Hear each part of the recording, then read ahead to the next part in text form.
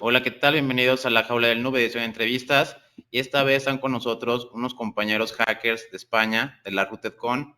Está por acá Román Ramírez y Albertor. Y también están mis compañeros del grupo Elite del OYEC y de Buxec, que hará la presentación formal.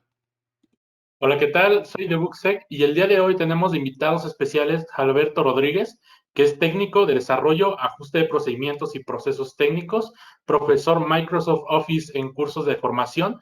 De igual manera tenemos a Román Ramírez, también conocido como Pato WC, destaca su trabajo en equipos ISO y al igual que Alberto es organizador de la con más importante de hackers en España llamado RootCon. Es para nosotros un verdadero honor tenerlos en esta nueva entrevista y para nuestra audiencia, gracias a nuestros patrocinadores Cyber Hunter Academy, con el código La Jaula OSINT podrán obtener un 10% de descuento en el curso de OSINT para principiantes. No se lo pueden perder. Bienvenidos Alberto y Román. Hola, buenas tardes. Muchísimas gracias y es un placer estar aquí con vosotros.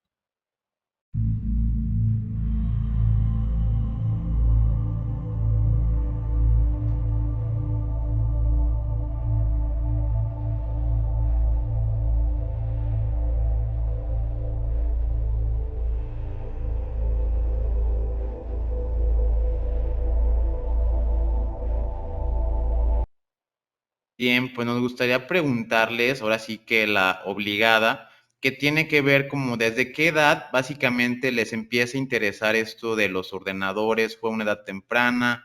¿Fue ya grandes? ¿O cómo surgió este asunto? Y que posterior nos comenten el por qué hacer un congreso de hackers, qué se vive ahí, aparte de las fiestotas, el compartir conocimiento y todo eso. ¿Qué más podríamos esperar? ¿Empiezas tú, Alberto? Venga, ¿Cómo sí, yo prefieres mismo. hacerlo? Nada, pues yo el primer contacto que tuve con un ordenador, ni siquiera era un PC, era un MSX, allá por el año 87, 88. Me apuntó mi madre a un curso de Basic, de programación en Basic en una academia y nada, ahí programando, empecé a programar en Basic, pues eso, tendría 12 o 13 años. Luego después, pues lo típico, que empiezas a los juegos, los famosos cartuchos que enganchabas en el MSX, te compras un cassette, empiezas a mover el tema este de juegos y empiezas jugando y programando con el Basic y después pues empiezas a engancharte y no puedes dejarlo. Cada día quieres un poco más, un poco más. De ahí ya pasé a la parte del PC y me compré mi primer modem a 9600 baudios. Eh, Aquello era un muerto así de grande a una ranura ISA sí, una ISA creo que era, ¿no?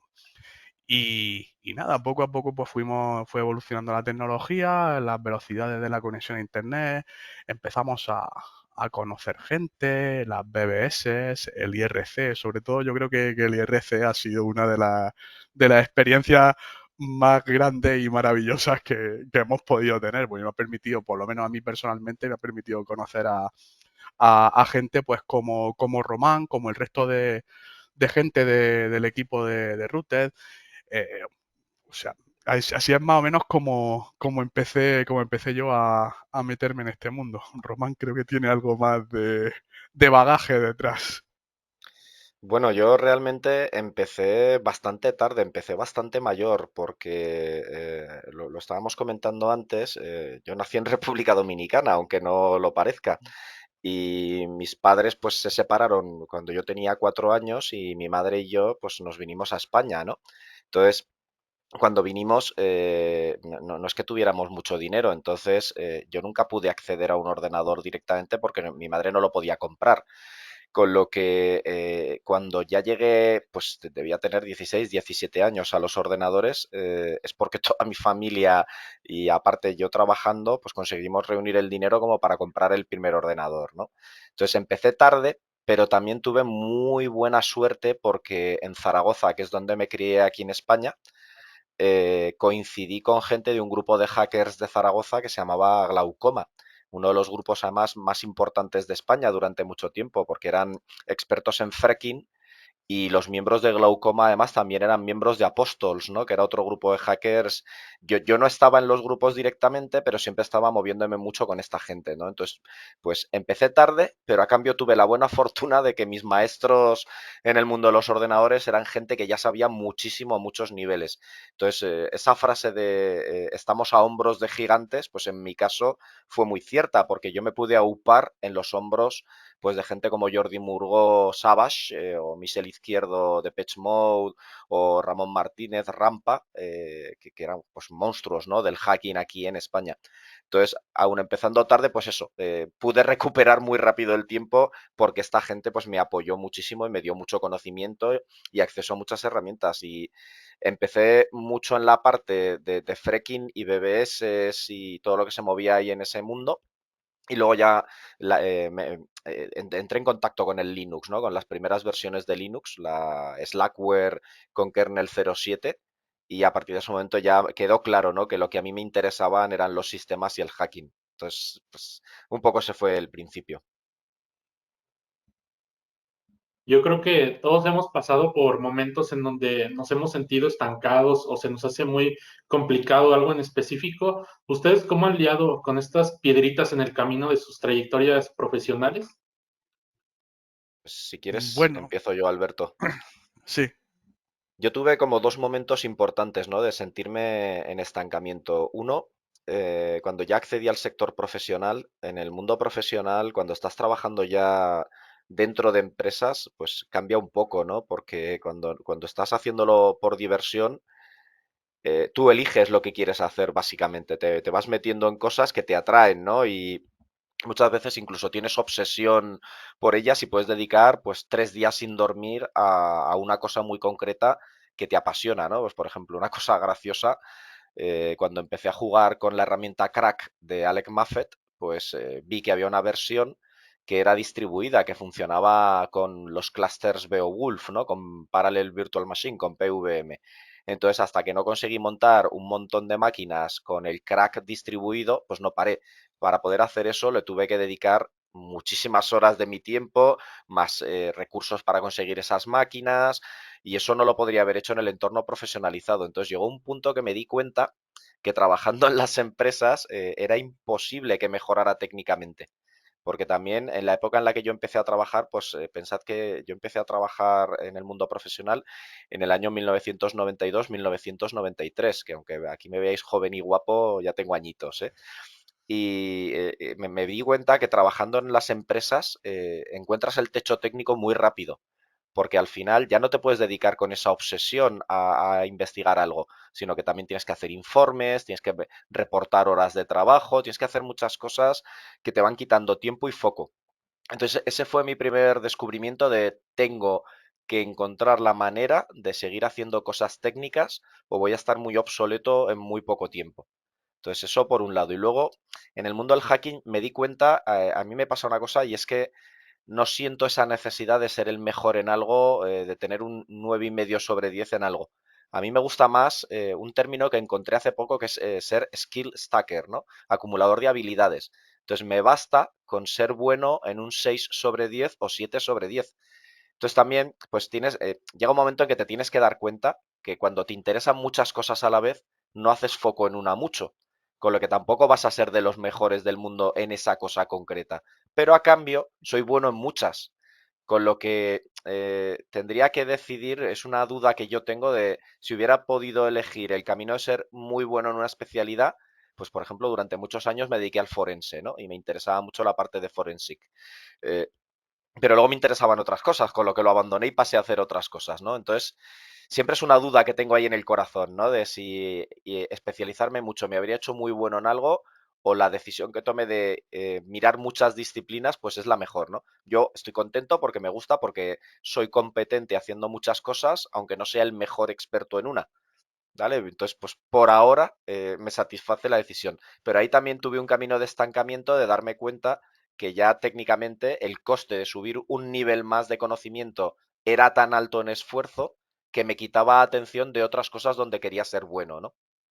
Entonces, estos serían un poco mis dos hitos, ¿no? De problemas de estancamiento. Alberto.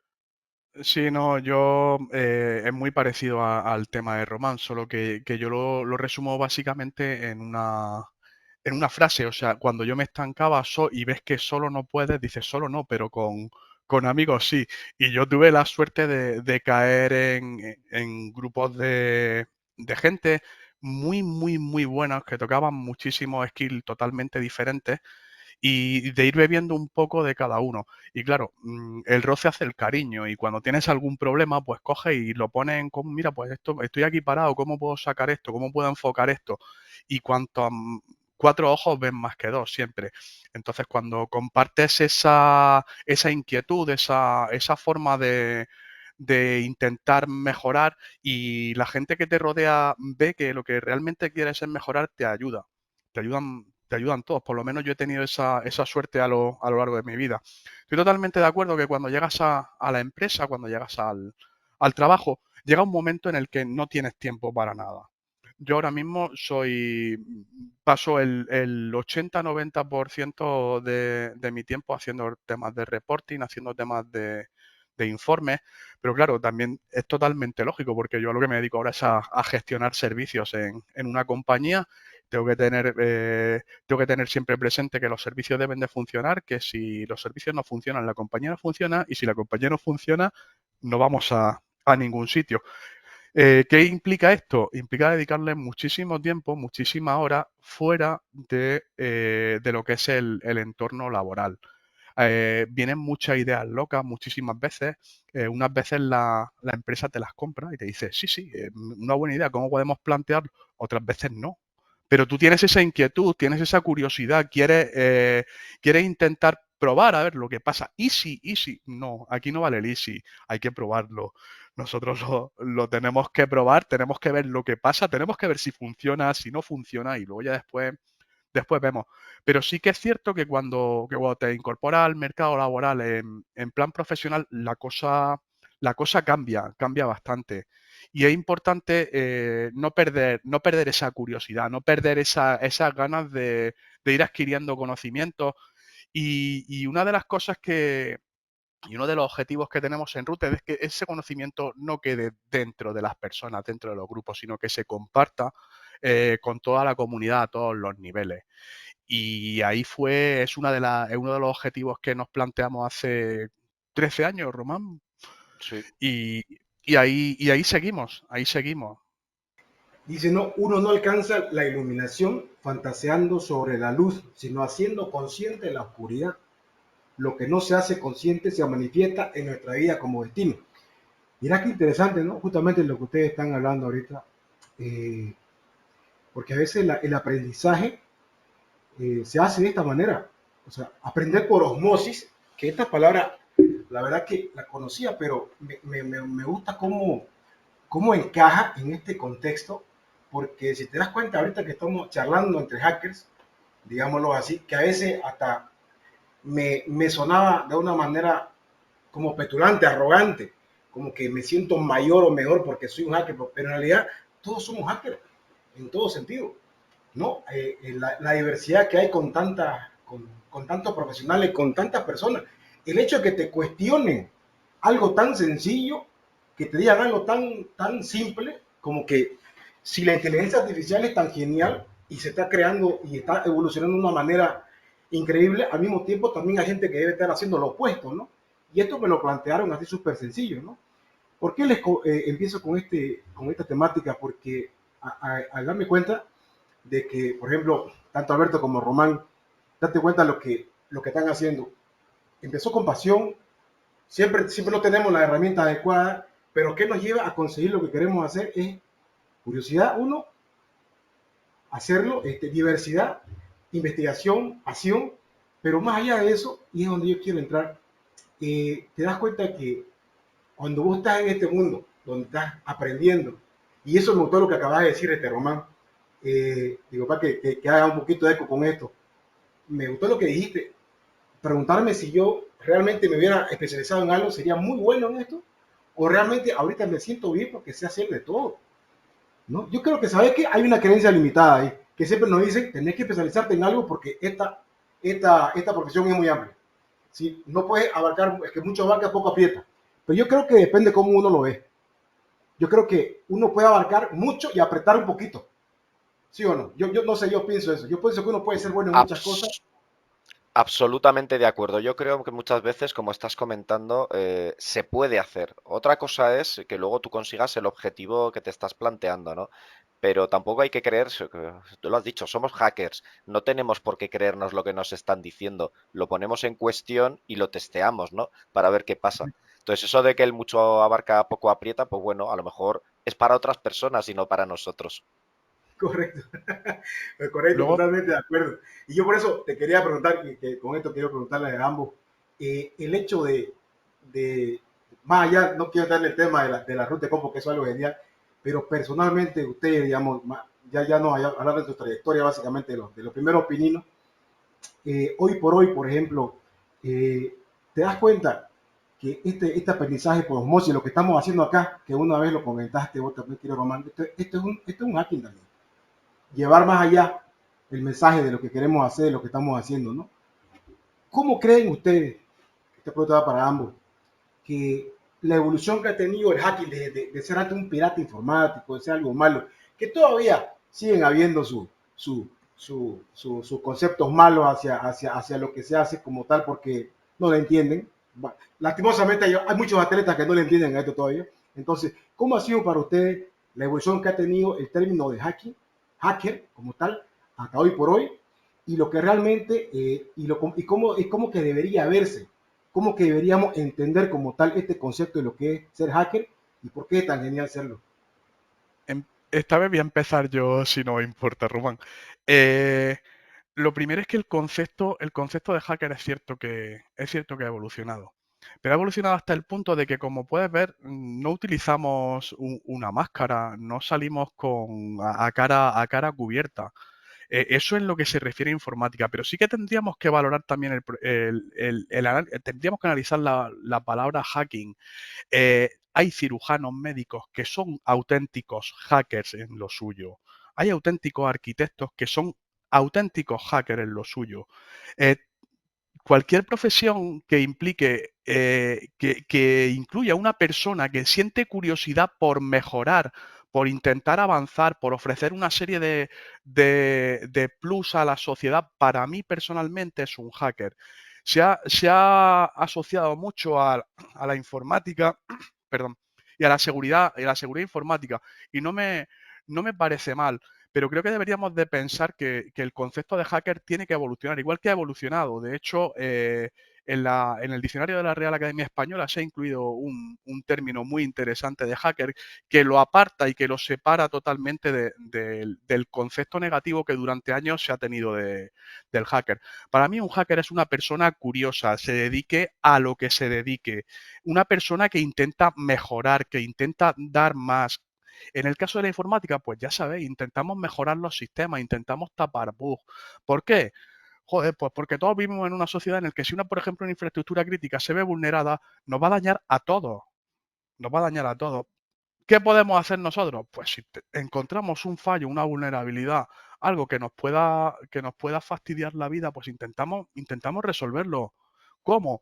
Pues investigando, presentando los resultados de nuestras investigaciones públicamente, sin taparnos, sin escondernos. No creo que tengamos que escondernos ahora mismo. Yo puedo salir a la calle tranquilamente y nadie me señala con el dedo. Me señalarían con el dedo si saliera con una máscara, dirían, ¿dónde va ese tío con esa máscara? Pero a día de hoy, en pleno siglo XXI, un hacker, tenemos que insistir todavía, por desgracia, en que un hacker no es un delincuente, es una persona que se dedica a mejorar, en el caso que nos trae, sistemas, mejorar la seguridad informática y trabajar realmente para que todos vivamos un poco mejor, un poco más seguros.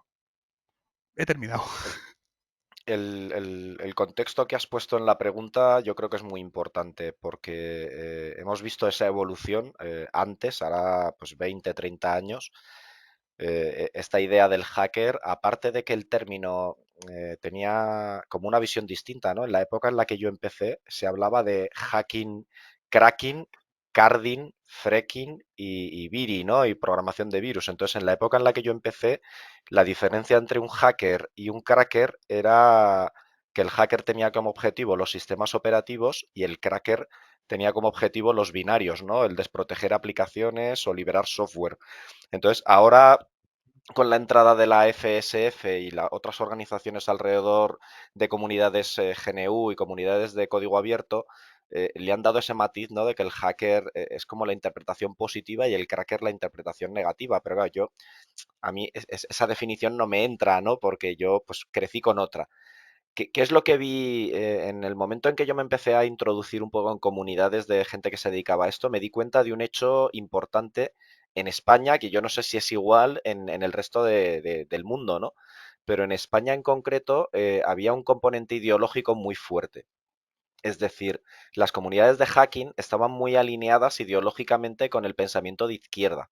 ¿Vale? En España, de hecho, muy alrededor de grupos independentistas, grupos anarquistas, grupos punks, etcétera. Que claro, a mí esto me venía muy bien, yo ideológicamente soy anarquista, con lo que pues encajaba bien en ese ambiente, pero también me hacía una reflexión que lo observaba, ¿no? Había como una norma de que no se invitaba a nadie que no comulgara con ese tipo de ideología. Y a mí me preocupaba bastante porque al final, en una comunidad, tú cuando te compras una casa y vas a vivir a un edificio, tú no decides quién es tu vecino de enfrente. O sea, tú tienes que convivir con gente que no es como tú. Tienes que vivir en armonía con personas pues que claramente a lo mejor no piensan como piensas tú, ¿no? Y luego que vivimos en una sociedad, ¿no? Y pues ahí hay gente como profesionales policiales o la gente del gobierno o incluso personas que están en el bando criminal, ¿no? Porque al final pues convives con esa gente, están en el mundo. O sea, tú pues lógicamente optarás por tu visión del mundo, compartir tus vivencias con personas pues que son afines a ti, ¿no? Yo prefiero estar con gente con la que me llevo bien a con gente que pues a lo mejor no me gusta, ¿no? Pero al final todos tenemos que convivir en esa sociedad. Entonces me empezó a preocupar mucho que había como una especie de imposición de que solo podían estar en las comunidades de hacking las personas con un pensamiento concreto. Entonces, yo personalmente, mis compañeros de Routed tendrán sus propios motivos, ¿no? Pero yo personalmente me puse una misión que era, hay que lograr que esté todo el mundo aquí. ¿Vale? Entonces eso forma también mucho, un componente alto de cómo ha ido cambiando el término de hacker, porque ahora si os dais cuenta, ya no está tan asociado a grupos ideológicos, porque ya se empieza a entender que hacker puede ser cualquiera que desarrolla unas habilidades específicas, pues de pensamiento lateral o pensamiento fuera de la caja, ver las cosas de otra manera, que hay orientaciones de todo tipo, porque yo conozco hackers neonazis, como conozco hackers homosexuales, como conozco todo tipo de hackers. O sea, y el objetivo, por lo menos el mío, es intentar vivir en armonía con toda esa gente. Habrá gente que me caerá mejor o peor, pero yo tengo que poder convivir y poder sentarme en la misma mesa con esa gente, ¿no? Aunque sea gente que no me caiga bien, pero para poder construir la sociedad tenemos que convivir con gente que no es como nosotros. ¿Vale? Y esto es esencial, porque si no, estaríamos todos los días peleando, ¿no? Y seríamos poco productivos. Entonces, ¿qué veo? Originalmente, claramente, hacker era un término asociado con cibercriminal, clarísimamente. De hecho, como dice Alberto, a veces a mi madre le decían que tu hijo es un criminal. Digo, no, mamá. Yo me dedico a investigar cosas técnicas que a mí me apasionan. Yo no he cometido un delito en mi vida. Bueno, sí los he cometido, pero en el pasado y era otra persona, por decirlo de alguna manera, ¿vale? Entonces, todo ha ido evolucionando a que ahora el término se ha convertido en otra cosa. Pero a mí también me preocupa lo que veo, porque da la impresión que las empresas han encontrado también una forma de promocionar sus servicios poniendo la pegatina hacker al lado. Entonces, ahora me preocupa que hayamos ido al otro lado, ¿no? Que hayamos convertido el concepto de hacker en algo dentro del propio status quo y que se esté utilizando como una marca de venta de algo que a lo mejor ya no existe, ¿no? Porque las culturas del hacking han cambiado tanto y se han dispersado tanto y hay tantas que a lo mejor ese término tampoco se está refiriendo a un grupo concreto, ¿no? Estamos hablando de una forma de tener habilidades, entre comillas. Y también me preocupa que nos estemos convirtiendo como en las mascotas, ¿no? Del status quo, que estén usando el término para utilizarnos a nosotros, a todos los que estamos aquí en esta reunión y a todos los que están en las comunidades del hacking, ¿no? Nos hemos convertido en mascotas del status quo. Y eso me alarma, ¿no? Porque va totalmente en contra de lo que yo tengo en la cabeza sobre el pensamiento de diversidad, de identidad propia, que lo veo muy asociado al hacking, ¿no? Entonces, claramente ha habido una evolución que no sé si es una evolución a mejor, ¿vale? Y no sé si tenemos control de cómo está evolucionando ese término. Y es una pregunta que también aquí os lanzo a vosotros al aire, ¿no? Bien, pues sí, de hecho, es muy interesante cuando lo puedes hacer como congresos y a eso me quiero remontar un poquito. Básicamente, pues por congreso, viendo algunos significados de diferentes diccionarios, todos coinciden en que pues es básicamente congregar personas, algunos los llaman hasta grupos de expertos, para que debatan y no solamente debatan, sino que estudien. El objetivo, muchas veces las personas piensan de un congreso que es como que vender entradas o sí, muchas personas los utilizan incluso para presentar sus trabajos que han hecho por un largo tiempo. A veces tú estás viendo una hora de conferencia, pero en realidad el trabajo que hay detrás para presentar esas 30 o 40 diapositivas no corresponde a una hora de trabajo.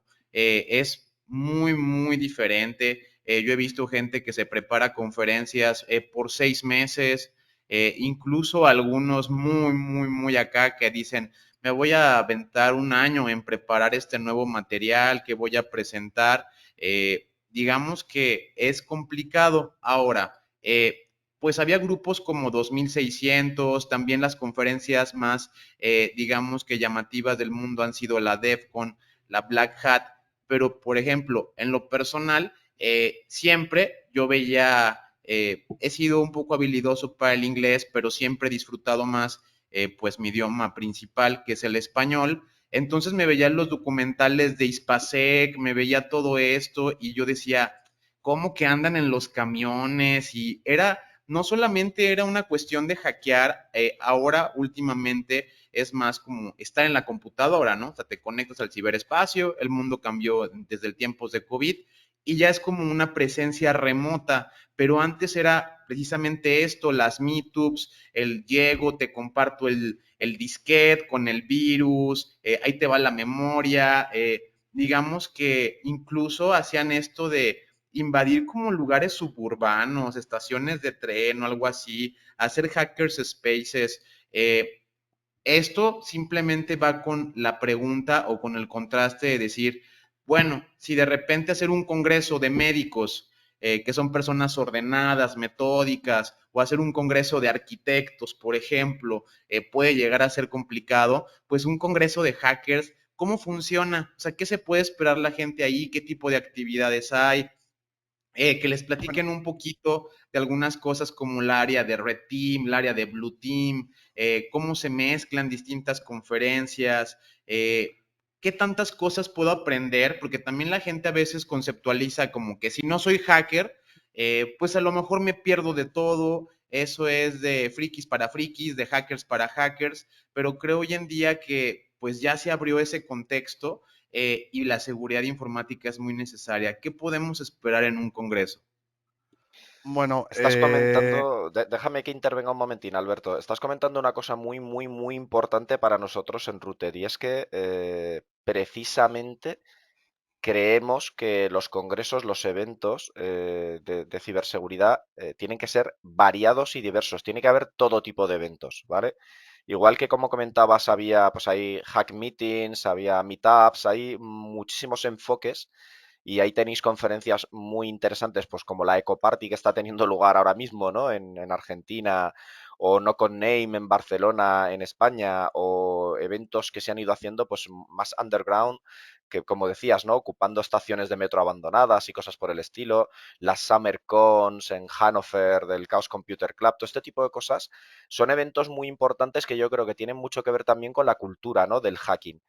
Pero también hay que hacer eventos de médicos y una de las aspiraciones que tenemos nosotros en Rooted es que Rooted sea un evento de profesionales de ciberseguridad, de todo tipo de profesionales de ciberseguridad. Es decir, que haya hackers y gente que está en equipo rojo, pero que también haya expertos juristas para tratar la ley y hablar pues de cosas que pasa con los cambios reguladores en Europa, ¿no? Con la DSA y la DMA que van a tener mucho impacto en la sociedad, o gente especialista en la parte policial o en la investigación forense. O sea, tiene que haber, en mi opinión, eventos que evoquen la cultura del hacking porque es esencial. El hacking tiene un componente cultural importante, siempre intentando huir del sesgo ideológico. Yo creo que es muy peligroso pretender que todos los hackers tienen que tener un pensamiento de un tipo concreto. Eso en el mundo real no pasa, ¿vale? Entonces hay que tener cuidado con excluir gente de las comunidades del hacking. A mí no, es una palabra, la palabra de excluir o esta gente no tiene que estar en este evento, son cosas que no me gustan nada. Yo creo que todo el mundo tiene que estar, pero también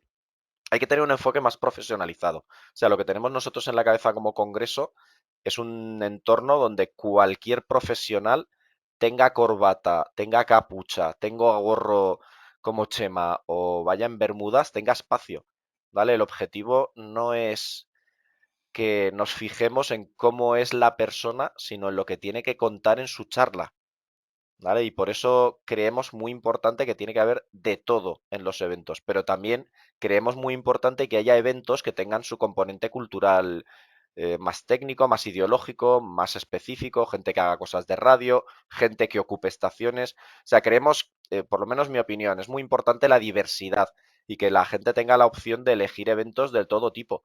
¿Vale? En el nuestro objetivo tendería más al del Congreso de Médicos, ¿no? Queremos que la gente venga aquí a compartir técnicas y conocimientos de una manera estructurada y es mucho más importante el contenido que la ideología, ¿no?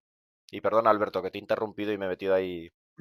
No, no te perdono. Digo, nosotros, y retomando lo que comentaba Román, hay un principio que tenemos grabado a fuego, que es el principio de neutralidad. Todo el mundo puede expresar su opinión libremente, lo único que pedimos, no, que exigimos, es que se haga desde el más absoluto de los respetos. Por justamente lo que comentaba Román. Todo el mundo tiene cabida, equipos de Red Team, equipos de Blue Team, fuerzas y cuerpos de seguridad del Estado, investigadores. Entonces nosotros hacemos muchísimo hincapié en eso. De hecho, era uno de los objetivos que podemos marcar como conseguidos, que es tener a la mayor parte, sería muy prepotente decir tener a todas las partes, pero a una gran parte de la comunidad, del lado que venga. Todo el mundo con su opinión, con sus investigaciones, con su trabajo, aportan. Desde abogados que te van a echar una mano cuando te van a dar su punto de vista sobre leyes, hasta, pues hasta el programador de virus. Entonces, una de las cosas que nosotros hemos mantenido desde siempre, y el día que no la mantengamos, yo personalmente no formaré parte de esto, es el principio de neutralidad. Es el principio de neutralidad. Entonces, es importante marcar eso. ¿Qué espera la gente ver en un congreso de este tipo? Pues esperan ver de todo. Esperan ver de todo. Desde un abogado o desde un fiscal, que se me viene a la cabeza, explicando cómo bypassear una ley, a un policía contando cómo ha realizado un trabajo de investigación, hasta donde pueden. Entonces, ¿qué hace eso? Eso enriquece. Por lo menos desde mi punto de vista, enriquece, da valor. Ahora hablo como service manager, aporta valor a lo al objetivo que nosotros tenemos, que básicamente es compartir conocimiento. Por eso mi opinión es que no se debe de excluir a nadie.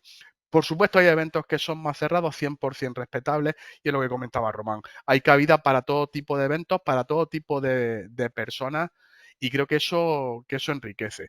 Nosotros en Routed hemos optado por esta opción y no nos va mal, no nos va mal. Esta pregunta muy seguramente los llenará de recuerdos muy chulos. ¿Cómo fueron los inicios de RootCon? Uh, Es una pregunta compleja. Tuvimos de todo en los inicios de RootCon. Toda la historia de RootedCon empezó porque estábamos en un canal de IRC medio borrachos, hablando unos amigos, y de repente empezamos a comentar que qué pena, ¿no? Que en España no había eventos muy técnicos, ¿no? Que sí que había alguno, pues estaba No Con Name, que llevaba tiempo pero que era un evento, pues, entre comillas, más pequeño, ¿no? O estaba Securmática, que es un evento, pues, bastante importante, pero muy orientado a los niveles C, ¿no? A los decisores de las empresas. Hay mucha cajita PowerPoint, poca demo técnica, ¿no? Y claro, en mitad del canal hablando, ¿y por qué no lo montamos nosotros? Y esto lo empezamos a hablar entre Javier Olascoaga y yo, pues los dos un poco tocadillos borrachos, ¿no? Y al final de ahí invitamos a Raúl Jover, uno de nuestros mejores amigos que falleció hace un par de años, y a Román Medina, ¿no? Y entre los cuatro, pues empezamos a convocar a más gente, ¿no?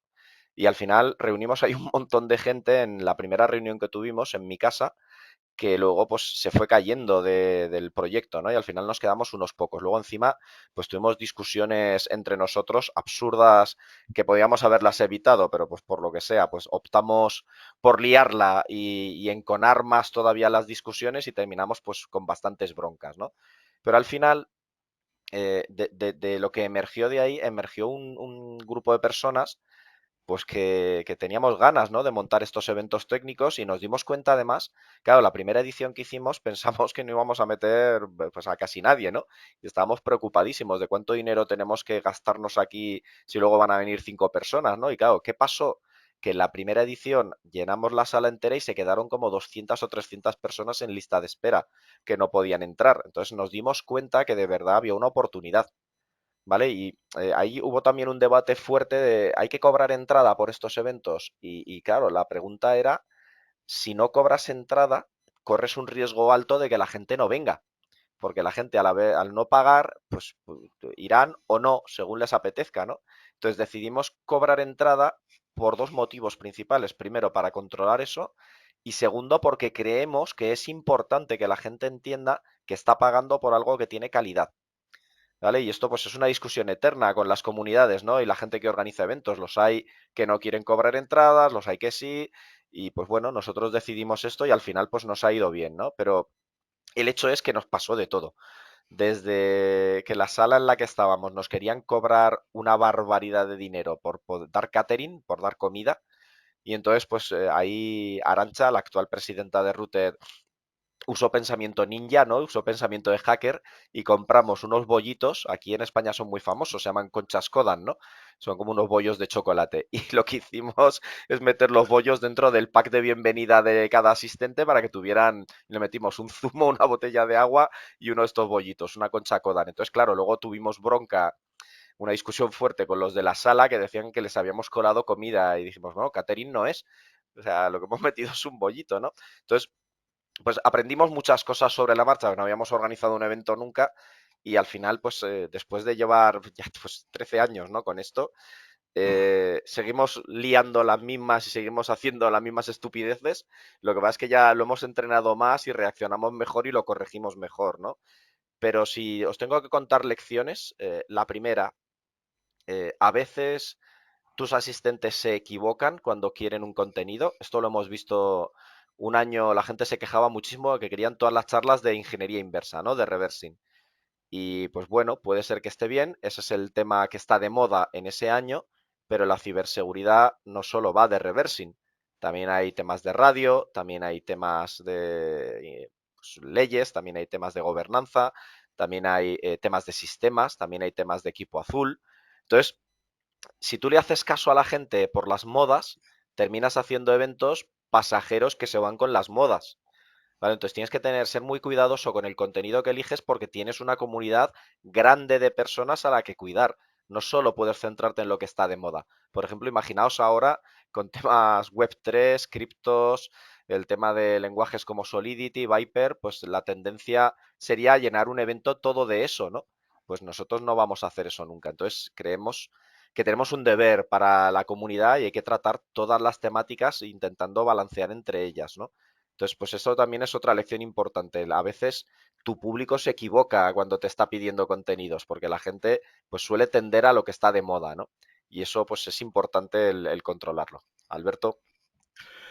Nada, yo recuerdo aquellas reuniones, bueno, aquellas charlas en IRC, ni siquiera nos conocíamos, yo por lo menos no conocía a muchos personalmente, porque no vivía en Madrid, vivía en Granada.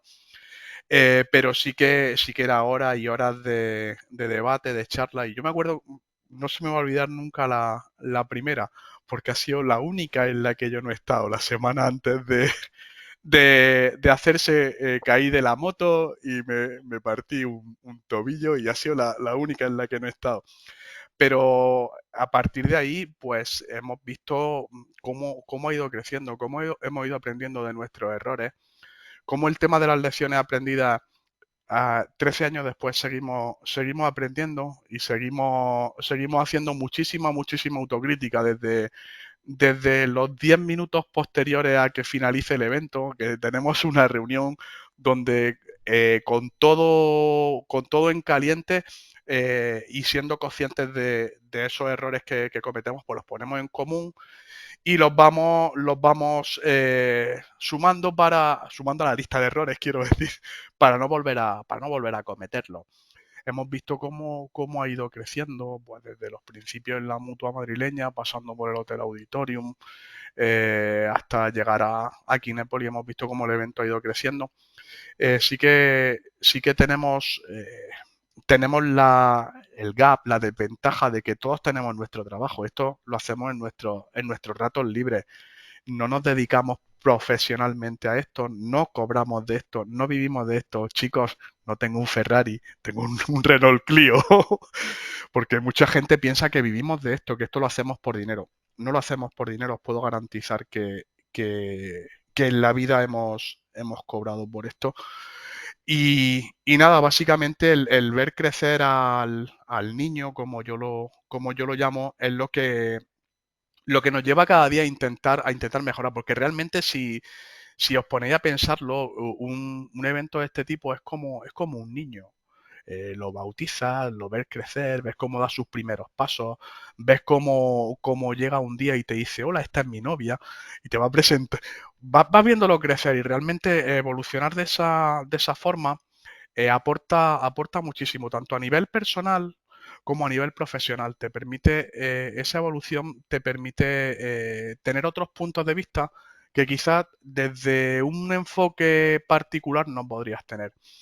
A mí, y no me cuesta ningún trabajo reconocerlo, si no fuera por Rooted me habría perdido muchísimas cosas, me habría perdido entre ellas, y la primera principal para mí es conocer a gente increíble realmente, pero me ha aportado también muchísimo conocimiento, me ha aportado muchísimo pensamiento crítico, me hace plantearme muchísimas cosas según las cosas que veo. Hablar con este hombre que tenemos aquí, pues a mí personalmente me ha ayudado mucho, pero ya no solo a nivel personal, sino a nivel de evento. Aquí donde veis a Román es un killer. Cuando algo no le gusta, saca la espada y corta. Y tener a alguien tener a gente que te puede decir las cosas, que te puede pegar dos golpes, pero que después te dice, y ahora vamos a corregir eso, y ahora vamos a avanzar en esto. Eso es lo que desde mi punto de vista ha hecho que Rooted sea lo que es hoy en día. La verdad que qué genial escuchar estas experiencias que están compartiendo, porque yo creo que eso es ¿qué te puedo decir? Es un objetivo clave para todo emprendedor apasionado por su profesión o por su investigación o vocación, es de alguna manera organizar un congreso, ¿no? Organizar un evento o algo donde puedas unir más mentes y compartir más experiencias y demás, ¿no? Y expandir el conocimiento. La verdad es que eso es genial. Y lo que hacen ustedes con la RUTECON, la verdad es que es increíble. Y obviamente vamos a estar presentes el próximo año, Dios mediante, así que vamos a estar preparándonos y sobre todo expandir, ¿no?, el conocimiento y sobre todo llevar al otro lado del charco todo lo que es la parte de que también por este lado tenemos mucho que aportar. Y ahí es donde quiero yo justamente entrar, porque hay un tema acá importante, que es el tema de la formación. Viendo un poco el background de ustedes, quisiera que nos compartan aquí al público presente lo importante que es ahora, hoy por hoy, el tema más allá de lo que es la formación que te puede dar una universidad, que te puede dar un curso, una especialidad, etcétera. Lo importante es que es el self-study. ¿Qué quiero decir con esto? Para que entremos en contexto. Hay una frase que me gusta bastante, querido Román, búscate la vida. La conozco mucho porque es que es así. Vos si vos querés hacer algo, búscatela, brother, o sea, arreglátela, ayúdame a que te ayude, ¿no? Aquí nada es fácil, ¿no? Aquí tenés que bregar, tienes que costarte, vas a fracasar 100 veces, 70 veces, 7 hasta que lo logré, o sea, no es fácil, porque ahora yo veo muchos jóvenes que lo quieren fácil, lo quieren todo fácil, lo quieren todo para ayer. Nosotros que venimos a la old school, hace rato estábamos conversando, estábamos hablando justamente de este tema, como lo comentaban ahí, el disquete, el IRC, puta, qué genial el IRC. Pero me encantaba el IRC, bro, qué buena onda. Ver todo ese proceso, ese cambio, cuando estábamos, yo me acuerdo de Latin Mail también. Bueno, hay mucho que contar ahí, ¿no? El IRC era el propio, ¿no? Y ahí fue, ¿no? Fue evolucionando la cosa del chat y tanta cosa. Yo me acuerdo, ¿sabes? Que en esa época tenía una 386. Y en esa 386, me acuerdo que manejaba AutoCAD. Mi hermano hacía su tesis, yo estaba toda mierda del IRC, y de paso no sé qué más hacíamos, o sea, ¿te das cuenta? Y estábamos con Dial-Up, ¿no? Donde tardaba 3 días en bajar una canción. Es increíble, ¿no? Y como cada que tu madre agarraba, levantaba el teléfono, ¡no, la canción! Te cortaba todo, te quería morir, ¿no? Fue genial eso. Pero bueno, aquel era uno de los ataques más desarrollados. O sea, si sabías el teléfono de tu colega y querías cortarle el rollo, le llamabas y luego llegaba y decía, ahora tengo una RDSI con 2 canales y la cosa cambia. Pero sí, y yo personalmente, no sé si debería decirlo, pero yo sigo chateando en el IRC. Yo sigo chateando en el IRC. De hecho, ¿no? Slashword está buenísimo. Sí, de hecho hasta hace unos años Román me hosteaba el IRC en una de sus máquinas. Y es brutal, es brutal. Hablas de Latin Mail, hablas de muchas cosas que nos traen muy buenos recuerdos y que han ido evolucionando. Había fijaos, sin ir más lejos, el NetMeeting, aquellas videoconferencias. Hoy hay sistemas de videoconferencias que tú le dices a alguien, ¿ha usado NetMeeting alguna vez? Y dice, ¿Net qué? O los famosos ActiveWorld, que ahora se llaman Second Life. Todo ha ido evolucionando, pero creo que las comunidades también. Hay comunidades en Telegram, pasamos por los foros, hemos pasado por un montón de sitios. Son muy, muy, muy buenos recuerdos que me sacan muy, muy buenas sonrisas. Porque yo personalmente me lo he pasado muy bien. Con aquellos ping que le mandaban las cadenas de desconexión al modem a TH0 más y hacía el modem y caía. Bueno, me estáis haciendo sentir viejo, ¿eh? Me estáis haciendo sentir viejo. O dientes de leche apenas, dientes de leche apenas. Que hayamos visto este cambio, que evoluciona tan rápido, ya no es nuestra culpa, pues ya nosotros quedamos, igual nos vemos guapos y jóvenes, como dice Román, ¿no? Así que no pasa nada ahí. Pero estando en ese contexto, quería consultarles, ¿qué piensan ahora?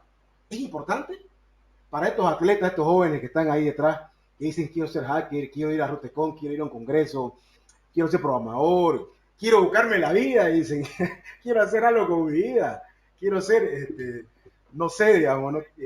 Para decirle, para orientarlo, brother, deje de jugar Fortnite, hágalo más productivo.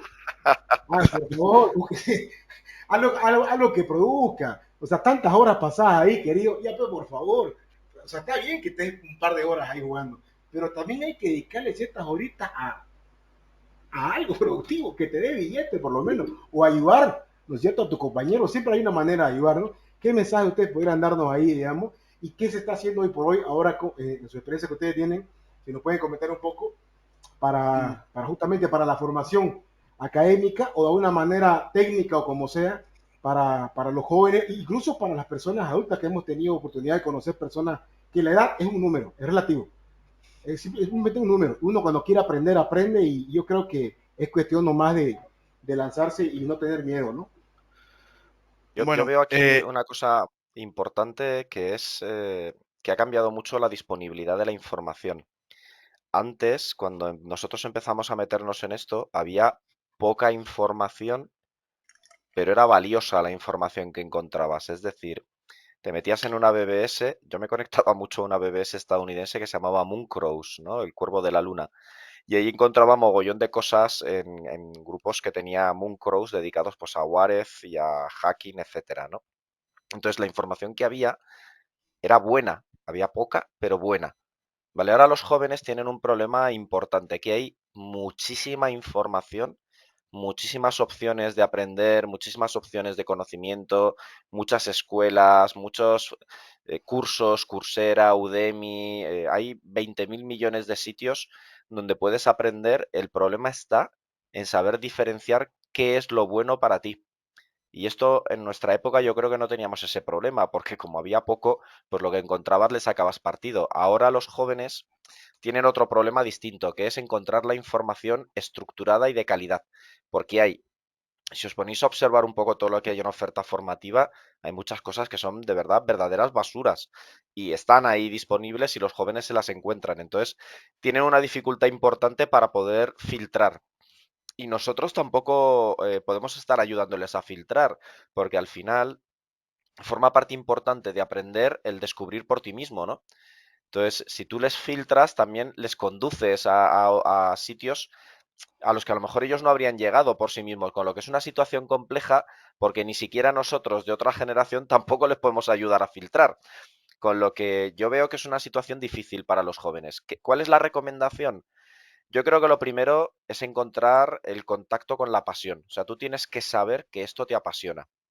Y has citado el tema de los videojuegos. Yo lo veo mucho, por ejemplo, con chavales más jóvenes, ¿no? Están enganchados a los videojuegos y a veces ahí de repente uno se para a pensar, oye, ¿yo esto cómo lo podría hackear? Y salen de ahí, ¿no? Por ejemplo, nuestro compañero Raúl, él estaba muy metido en videojuegos y eso es lo que le llevó directamente al mundo del hacking, ¿no? Y de hecho tuvo líos, ¿no? Por hackear algún videojuego y hacer cosas, ¿no? Pues de ahí salió la pasión, ¿no? Él descubrió en el videojuego esa pasión y eso le hizo generar otras pasiones, ¿no? Entonces yo creo, lo importante es darse cuenta que a ti esto te apasiona, que los ordenadores te generan algo y que cuando estás haciendo cosas con ellos, pues tú descubres ahí algo, ¿no? Y esto se lo cuento a mis alumnos algunas veces, medio en broma, medio en serio, pero es verdad, ¿vale? Que yo me pegaba días delante del ordenador y para no levantarme a ir a hacer pis al baño, tenía una botella de Coca-Cola de 2 litros y hacía pis en la botella, por no separarme del ordenador y seguir con el tema que estaba haciendo, ¿no? Y peor, llegó ya un punto en que lo que hacía era comer macarrones sin hacer. O sea, tenía la bolsa de macarrones y me los comía crudos directamente porque no me quería separar del ordenador. Entonces, pues ahí hay un componente importante, lo que os decía antes, de la obsesión, ¿no? Entonces, esa pasión, esa obsesión es lo que te va a llevar a aprender. Entonces, lo primero, hay que poner en contacto a la gente con esa pasión. Eso es lo que tienen que encontrar. Tienen que conectar emocionalmente con el mundo del hacking, ¿no? Y eso les va a llevar a otras cosas. Lo que pasa es que, insisto, estas nuevas generaciones, la dificultad que tienen es que tienen avalancha de información y es difícil, discriminar. Entonces, yo no sé si lo tienen más fácil o más difícil que nosotros, porque pues yo no recuerdo muchas cosas que considerara en el pasado que no me han servido de nada. Y ahora veo mucha información que podría haberme ahorrado mucho tiempo si la hubiera ignorado directamente. Entonces no sé cuál es la situación mejor o peor, ¿eh? Tenemos que tener en cuenta, y en esto creo que Román estará de acuerdo conmigo, en que antes la información estaba mucho más restringida. Las comunidades eran muchísimo más cerradas, acceder a la información era realmente complicado. Es lo que decía Paul, búscate la vida, búscate la vida. En ese aspecto creo que hemos avanzado, pero hemos pasado de que haya mucha información a la infoxicación. A la infoxicación. Entonces, ¿beneficia eso? Pues no, realmente no, desde mi punto de vista, mi opinión personal, no beneficia. No beneficia. Tener información que realmente no te sirve de nada, pues no sirve de nada. No sirve de nada. Nosotros también, y hablando otra vez de Rooted, sí que pretendemos que las formaciones, bueno, nosotros dedicamos unos días antes del evento a la formación. Tenemos el evento distribuido en 3 días de formación y 3 días de evento. Nosotros pretendemos o buscamos tocar todos los palos con profesionales y con información de calidad. De calidad.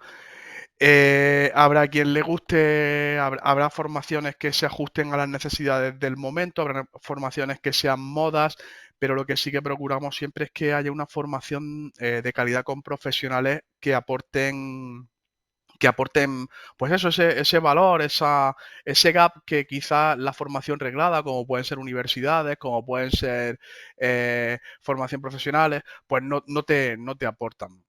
Pues a mí me gustaría preguntarles, ya saliendo un poquito del contexto de los congresos, ¿cómo ven esta situación ahorita de lo que está sucediendo con las empresas, los ataques? ¿Qué tanto ha cambiado ahora la concientización de las empresas? Antes se rumoraba, o por lo menos en Latinoamérica, siempre hemos dicho que pues no los atacaban o que no pasaba ese tipo de contrastes. Siempre se hablaba de noticias de Estados Unidos. Entonces sonaba un poquito lejano como que el que te pudieran hackear una empresa. Últimamente en México pues está ahorita sonando mucho el hecho de que pueden atacar incluso a agencias gubernamentales. A mí la pregunta que me surge tiene que ver un poco con las infraestructuras de misión crítica. Sé que pues España nos lleva algunos años de ventaja en innovación tecnológica, también en la parte industrial. Al estar ya más conectadas, digamos que las cuestiones vitales de la infraestructura de España, ¿creen que eso tenga que ver en que definitivamente se tome más serio la ciberseguridad? O sea, nosotros vemos que tienen, por ejemplo, más apoyo del Interpol, Europol, algunas otras instancias, también que hay institutos incluso como dedicados con cierto presupuesto para, como el INCIBE, entre otros, para poder hacer como cuestiones notables de investigación. ¿Qué recomendación darían para Latinoamérica o qué creen que los esté poniendo un poquito a la vanguardia en estos puntos? Yo diría que realmente, lo primero, hay países en Latinoamérica que están en vanguardia, ¿eh? Hay cosas que está haciendo Telmex, por ejemplo, que son muy importantes desde el punto de vista tecnológico y están muy avanzados, ¿no? Yo creo, no tenéis que mirar hacia España como que España es vanguardista o Europa es vanguardista, porque en Latinoamérica se están haciendo cosas muy potentes y muy interesantes. Incluso están saliendo empresas de países latinoamericanos que están siendo compradas por empresas estadounidenses porque tienen un valor que ellos mismos no encuentran, ¿no? Entonces, no creo que haya una diferencia esencial. Sí veo algo distinto que en Europa hace, por un lado, que vayan las cosas más rápido y hace, por otro, que vayan más lento, que es a los europeos les gustan mucho las cosas estables y las regulaciones. Entonces, la regulación empuja a que las empresas tengan que adaptarse pues, a una serie de requisitos que los gobiernos europeos imponen, ¿no? Como el Reglamento General de Protección de Datos, que está ahí para proteger a los ciudadanos europeos y aplica a cualquier empresa que quiera trabajar con estos ciudadanos, ¿no? Pero yo no veo una diferencia sustancial en innovación frente a lo que se puede hacer en cualquier otro país. Sí veo un detalle que yo no creo que haya cambiado en los 30 años que estoy en el sector, ¿no? Y es que siempre es igual. Siempre se subraya la importancia de la ciberseguridad y siempre las empresas invierten poco en ciberseguridad. Entonces, y esto ha sido así desde que yo empecé a trabajar. O sea, no ha cambiado nunca. ¿Vale? Es verdad que todos los días estás viendo en prensa mafias del ransomware, pues como la gente de Lockbit y Conti, que están pegando muy fuerte y están haciendo muchísimo daño a las empresas, y todavía seguimos con discusiones de si hay que invertir 5 millones de dólares o 10 millones de dólares o si hay que pagar salarios como para que los profesionales estén ahí trabajando. Y esta discusión es llamativo porque en el mundo financiero, si tú tienes una pérdida potencial de 20 millones y pones una cobertura financiera contra esa pérdida, nadie cuestiona que le tengas que pagar a una aseguradora por un producto financiero 3 millones. ¿Vale? Entonces, tenemos un problema importante. Las empresas no entienden bien de qué va el riesgo lo entienden después de sufrir el incidente con una mafia del ransomware, ¿vale? Con los cibercriminales, pues porque lamentablemente sufren mucho. Pero yo no sé si es que nosotros como expertos no sabemos explicar bien la situación que hay, pero yo no veo una mejora sustancial. Sí veo las empresas muy grandes, obviamente invierten dinero porque saben lo que se están jugando, pero ¿esas cuántas son? En España son 35, ¿vale? Y por debajo de esas 35, que son las más grandes de España, pues a lo mejor hay otras 500 que son grandes, que a lo mejor algunas se lo toman en serio y otras no, y luego todo lo demás, las pequeñas empresas no se lo toman en serio. Y siempre argumentan que es que no tienen dinero para protegerse, y es un argumento bastante pobre, ¿no? Porque hay mucha tecnología gratuita y mucha tecnología open source y gente muy cualificada para operar estas cosas, ¿no? Entonces, pues bueno, yo llevo yendo 30 años, excusas de empresas que luego, claro, van llorando por los rincones porque una mafia del ransomware los ha hackeado y les pide dinero. Y no entienden qué les ha pasado. Y claro, yo lo primero que les digo, yo sí lo entiendo, llevas 15 años sin invertir un céntimo en ciberseguridad. Es que lo que te ha pasado te tenía que haber pasado antes. ¿Vale? Entonces, esto es lo que has sembrado y esto es lo que recoges de lo que tú has sembrado.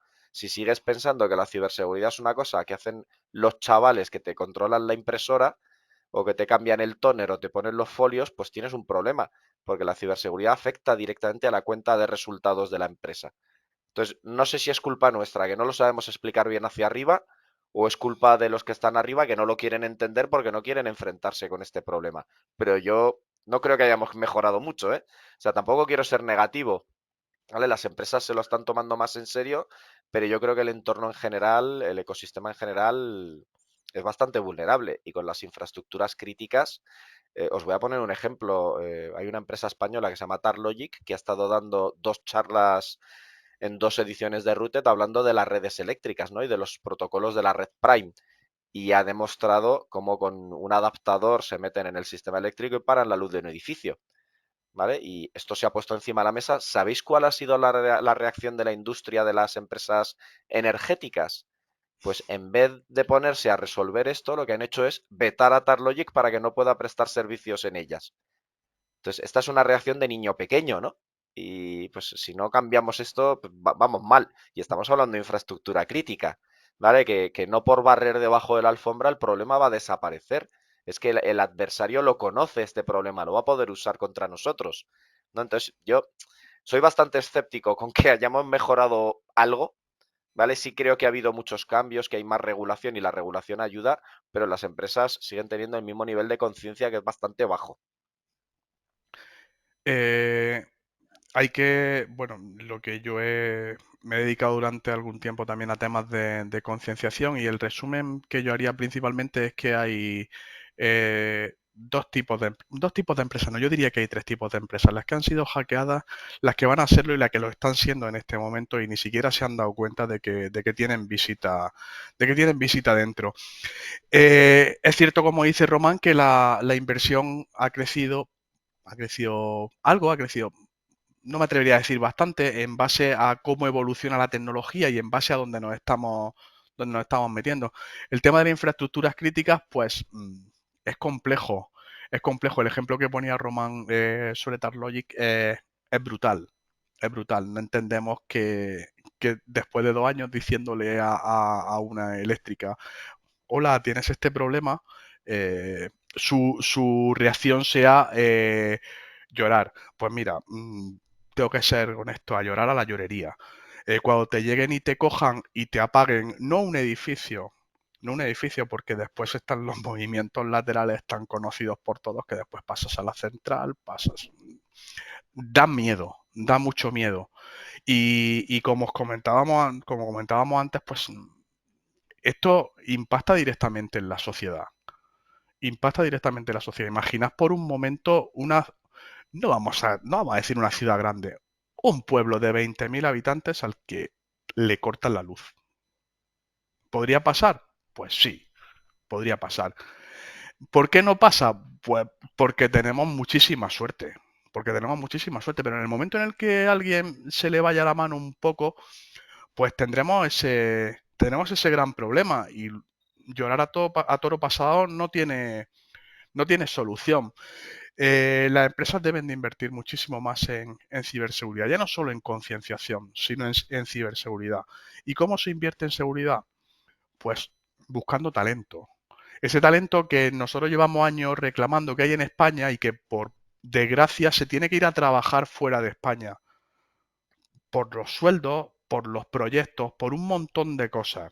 Entonces, ¿qué estamos haciendo? Pues estamos desperdiciando ese talento y estamos dejando en evidencia la seguridad, la seguridad de infraestructuras críticas, como por ejemplo puede ser el suministro eléctrico.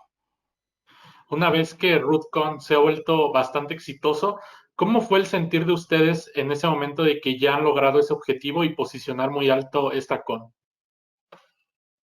Bueno, Román, lo voy a decir, tío.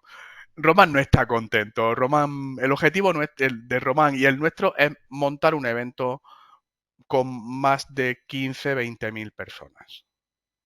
Nuestro objetivo es que el conocimiento sea distribuido y cuanta más personas llegue va a ser muchísimo mejor. Algunos dirán, ¡buah, el flipado este dónde va con 20.000 personas! Pues no. Solo no se puede hacer, pero con amigos sí que se puede hacer. Sí que se puede hacer. Y eso es lo que estamos intentando hacer. Nosotros solos no, porque realmente no sé si lo hemos comentado, esto lo hacemos en nuestros ratos libres, lo hacemos entre 7 personas con la incorporación de Lucas, pero tenemos muchísimos amigos.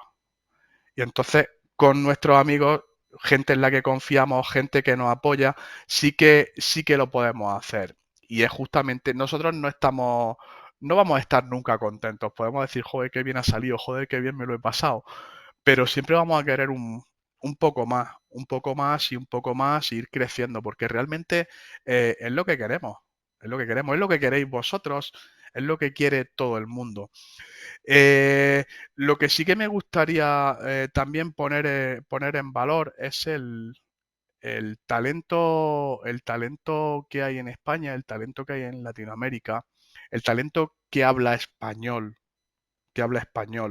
y que muchas veces y lo voy a poner entre comillas, se menosprecia, no se valora. No se valora. Nosotros hemos tenido la posibilidad de ver charlas muy killer, muy, muy, muy killer, y no han tenido una repercusión como debiera.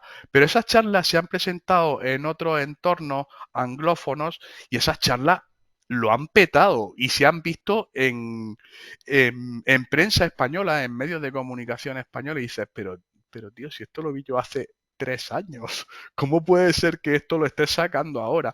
Entonces, hay que poner en valor eso y la única forma que tenemos de ponerlo en valor es que llegue al máximo de gente posible, al máximo de profesionales, de público. Ya no te hablo solamente de profesionales de la seguridad informática, te hablo de gente de la calle, gente a la que le interesa saber cómo una persona conectando un aparatito al enchufe del microondas de su casa puede apagar un edificio, puede apagar una central eléctrica. Yo creo que tenemos un problema en general en todas las culturas de la ñ, ¿vale? Y es que creemos que una persona en Las Vegas o en San Francisco puede hacer milagros y puede meter 20.000 personas en un edificio y no nos creemos que nosotros lo podamos hacer. Y peor, en concreto en España, cuando a alguien parece que le está yendo bien, hay reacciones de odio, ¿no? En algunos casos. Yo no sé si esto lo veis vosotros también, pues en México y en otras comunidades, ¿no? Parece que cuando te empieza a ir bien, entonces ya te has vuelto malo, ¿no? Porque como te va bien, algo malo has hecho. Pues eso son cosas que para mí son obsesiones que tenemos que cambiar. O sea, yo no quiero que parezca que todo lo que importante que se hace en ciberseguridad lo tengan que hacer anglosajones. Yo quiero que lo hagan personas que usan la ñ. O sea, quiero que lo haga gente en español. ¿Vale? Y segundo, si ellos... Yo estuve en la DEFCON número 2, ¿vale? Que se hizo en una tienda de campaña y ahí no había ni 400 personas, ¿vale? En la DEFCON 2, ¿vale? Había más gente en la primera routed que hicimos que en DEFCON 2, ¿vale? Pues sinceramente, ¿por qué no vamos a poder hacerlo? Vamos a ir a por ello. O sea, y mi obsesión es lograr que la ñ impere en la ciberseguridad con fuerza Y un evento de 15.000 personas no me parece para nada una locura. O sea, el secreto está en hacer las cosas con orden. Pues primero creceremos un 10%, luego un 20%, luego decreceremos, pero hay que pensar a largo plazo y hay que pelear por el largo plazo, no pensar que mañana lo tienes todo hecho, que también conecta un poco con lo que comentabais antes, ¿no? De tener cultura del esfuerzo, que esto no se va a hacer en 3 meses, esto costará 7 años lograrlo, pero pues no me preocupa, yo tengo un compromiso, insisto, con mi cultura, ¿no? Yo quiero que la ñ impere y entonces pues me preocupa esto, entonces hay que lograrlo. Y se puede hacer y lo haremos. Vamos, no tengo la menor duda. Y contamos con vuestra ayuda, por supuesto. Por supuesto, vamos. Correcto, correcto. Claro que sí. Ahí estamos nosotros también para apoyar. Es que, acuérdate, pet aspera ad astra. Siempre me recordaba a mi padre ese dicho. Con Sí, sacrificio encontrar señor. las estrellas. Con Sí, sí. sacrificio entre las piedras también. ¿No? ¿Qué quiere decir? Que cuesta, no es fácil. Mira los objetivos que ustedes tienen, la verdad que es genial. En realidad, creo que eso es lo que se quiere con este tipo también de podcast, de hacking, llamémoslo, porque esto también es un trick que básicamente lo que hacemos es tratar de llegar a todos ustedes y recordarles también a otros atletas que ya se les ha subido un poco el conocimiento, parece, bueno, el sentido de grandeza, que también hay que bajarse un poco y acordarse que recordar que siempre vamos a ser unos eternos aprendices, ¿no? En el sentido de la vida. Porque si te pones a pensar, mira, algo que es genial y me parece, la verdad que me parece destacar y mencionarlo, que yo valoro y admiro muchísimo la capacidad de empatía de muchas personas. O sea, es increíble. Por ejemplo, mira la humildad y sencillez que la que ustedes tienen de poder comentarnos y poder compartir todo esto, esto es genial.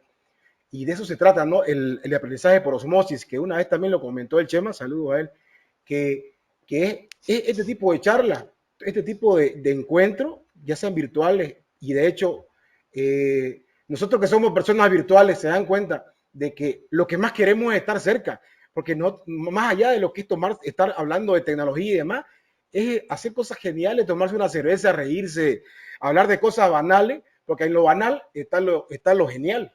¿Te das cuenta? En una cerveza, en una charla, en compartir un momento, que puede ser un momento eterno donde estamos escribiendo, haciendo historia, básicamente ahí, de ahí salen cosas geniales. Cuando de alguna manera compartí experiencias y vivencias, ¿no?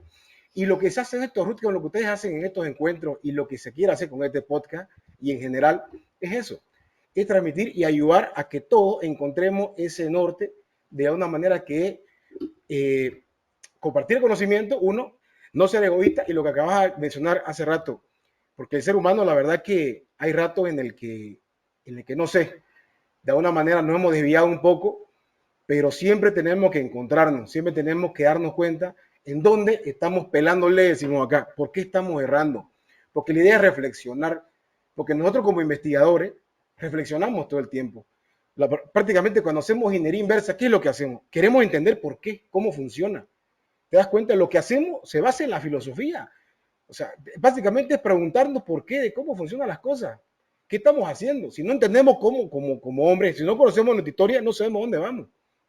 Entonces, diciendo todo esto, la verdad que es genial haberlo escuchado. Y yo quiero hacerles no una pregunta, darle un momento, así como se dice, el momento del éxito.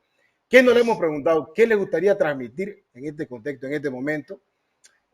A toda la comunidad, a todo el mundo, porque esto, Dios mediante, se hace viral y esa es la idea, ¿no? Que tratar de que llegue a más personas.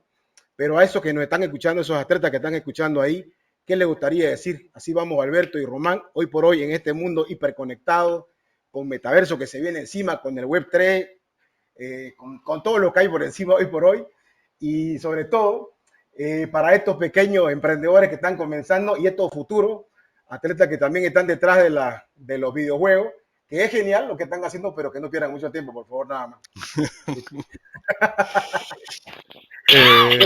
Bueno, a lo así hemos, crudo y sin anestesia. hemos tocado muchos temas. Yo realmente creo que nunca debemos de olvidar de dónde venimos. Yo he tenido la suerte de poder coincidir en el Quiet Man con mucha gente, beber muchas cervezas, debatir mucho, hablar de muchas cosas. creo que eso es fundamental. Creo que el conocimiento se tiene que compartir. Creo que hacia ahí es hacia donde deberíamos de dirigirnos. Y por supuesto, chicos, no le peguéis tanto al Fortnite, por favor. Dedicarle un poco de tiempo a leer, a formaros. Y después le pegáis al Fortnite un rato, pero primero lo importante, o sea, tenemos que invertir muchísimo tiempo, hay que leer muchísimo para trabajar en seguridad informática, tienes que estar al día de cosas que pasan, tienes que saber hoy lo que va a pasar mañana, tienes que tener la capacidad de tener un pensamiento crítico, un pensamiento lateral que te permita ver no lo que está pasando, sino lo que puede pasar. Hemos hablado de infraestructuras críticas. ¿Qué os voy a decir que no sepáis? ¿Qué os voy a decir que no sepáis? Yo muchas noches cuando me voy a dormir y me meto en la cama, me meto en la cama con el culo apretado porque no sé lo que me puede pasar en cualquier momento. No sé si algún tarado puede tomar el control de un avión y que se estrelle contra mi casa. Todas esas cosas me preocupan. Todas esas cosas me preocupan. Y si tengo la posibilidad de hacer todo lo que esté en mi mano para que cualquier cosa de esas no pase, o hablo de un avión, o hablo de una central nuclear, o hablo de una planta potabilizadora de agua, de una depuradora, de una compañía eléctrica, podríamos hablar de miles de cosas que nos podrían poner los pelos de punta. Entonces, el mensaje que yo daría, pues, es eso. Chicos, leed, compartid el conocimiento, acercaos a todos los grupos que os den la posibilidad de acercaos, llámese routers, llámese como se quiera llamar, integraos, como dirían los matemáticos, integraos y no os derivéis. Yo os diría una sola frase. Cada vez que alguien se os acerque y os diga que algo es imposible, la respuesta que le tenéis que dar es: esto es imposible para ti, no para mí. En verdad, ha sido todo un honor tenerlos en esta nueva entrevista, Román y Alberto. Muchísimas gracias por su tiempo y por sus respuestas. Y pues para nuestra querida audiencia, no se pierdan ninguna entrevista, que se vienen cosas bastante chulas. Nada, el Muchísimas placer gracias. ha sido nuestro. Muchísimas gracias por la oportunidad que nos habéis dado. No, pues en verdad un gusto haberlos tenido por aquí en la Jaula del Noob. Muchas gracias a todos, no olviden sintonizarnos. Esto fue la Jaula del Noob.